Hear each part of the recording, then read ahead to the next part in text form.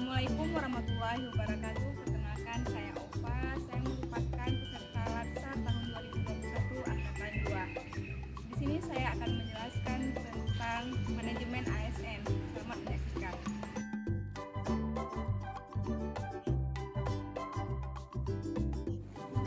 ASN itu terdiri dari dua jenis, yaitu ada pegawai negeri sipil dan pegawai pemerintahan dengan perjanjian kerja ataupun P3K.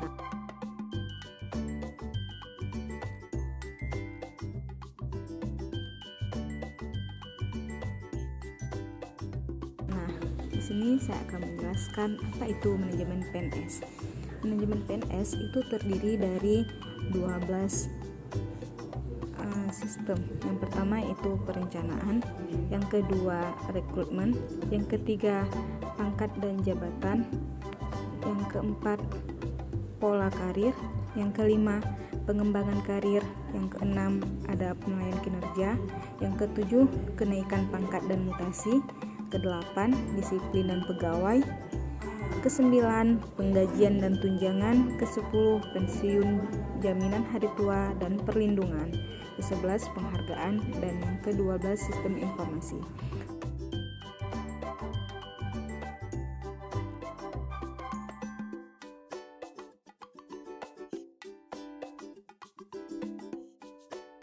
Sedangkan manajemen P3K itu ada 9. Yang pertama, penetapan kebutuhan, yang kedua, pengadaan, yang ketiga, penilaian kinerja, yang keempat, penggajian dan tunjangan, yang kelima, pengembangan kompetensi, yang keenam, pemberian penghargaan, yang ketujuh, disiplin, yang kedelapan, pemutusan hubungan perjanjian kerja, yang kesembilan, perlindungan.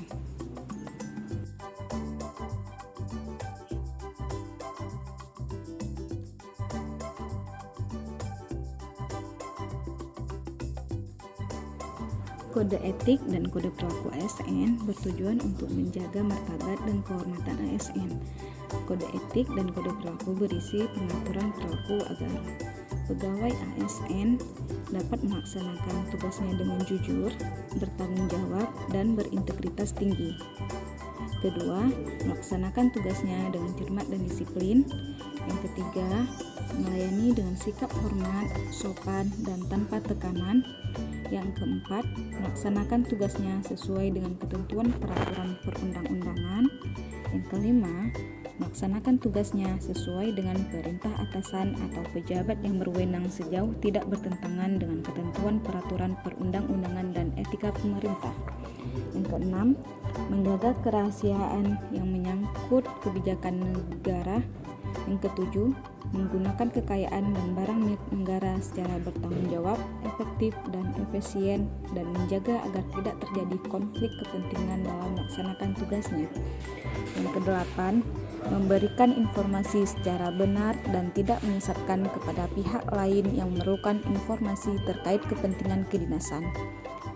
Selanjutnya, tidak menyalahgunakan informasi intern negara, tugas, status, kekuasaan, dan jabatannya untuk mendapat atau mencari keuntungan atau manfaat bagi diri sendiri atau untuk orang lain. Yang ke-10, memegang teguh nilai dasar ASN dan selalu menjaga reputasi dan integritas ASN. Dan yang terakhir, melaksanakan ketentuan peraturan perundangan mengenai disiplin pegawai ASN.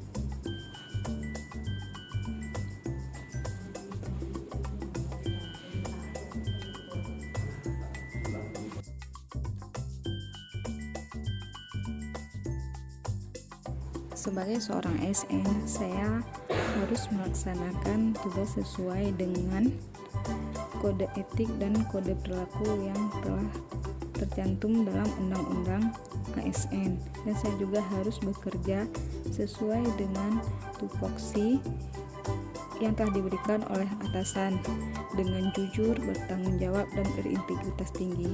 Dan saya juga harus melayani mahasiswa sesuai dengan kode etik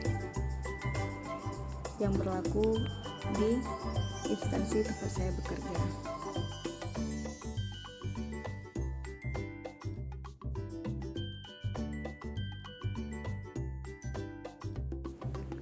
Pengisian jabatan pimpinan tinggi utama dan media pada kementerian, kesekretariatan, lembaga negara, lembaga non-struktural, dan instansi daerah dilakukan secara terbuka dan kompetitif di kalangan PNS dengan memperhatikan syarat kompetensi, kualifikasi, kepangkatan, pendidikan, dan latihan, rekam jejak jabatan dan integritas, serta persyaratan lain yang dibutuhkan sesuai dengan ketentuan peraturan perundang-undangan.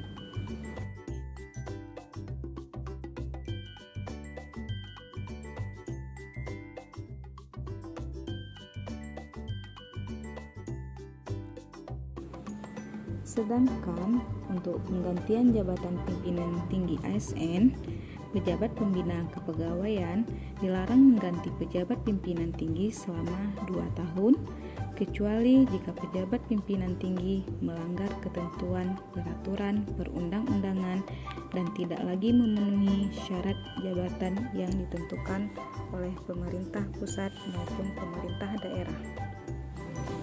Sistem informasi ASN merupakan rangkaian informasi dan data mengenai pegawai ASN yang disusun secara sistematis, menyeluruh, dan terintegrasi dengan berbasis teknologi.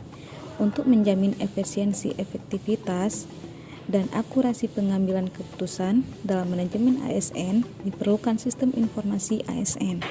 Sistem informasi ASN diselenggarakan secara nasional dan terintegrasi antar instansi pemerintah.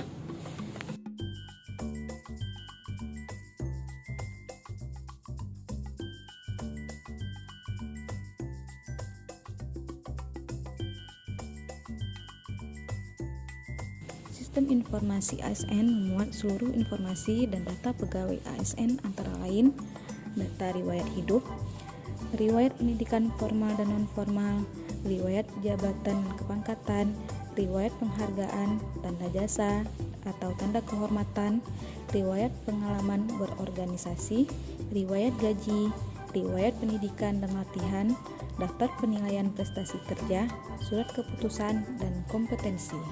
Selain itu, manajemen PNS memerlukan sistem informasi pengembangan kompetensi, sistem informasi pelatihan, sistem informasi manajemen karir, dan sistem informasi manajemen pemberhentian dan pensiun yang merupakan bagian terintegrasi dengan sistem informasi ASN.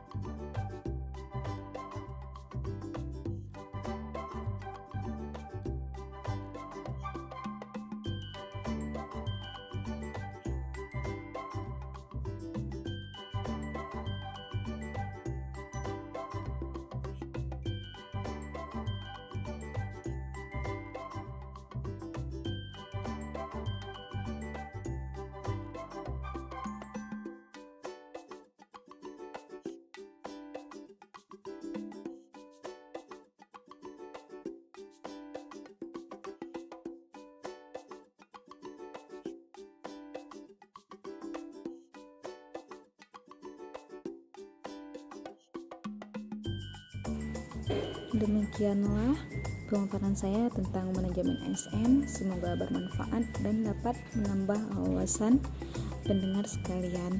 Terima kasih. Assalamualaikum warahmatullahi wabarakatuh.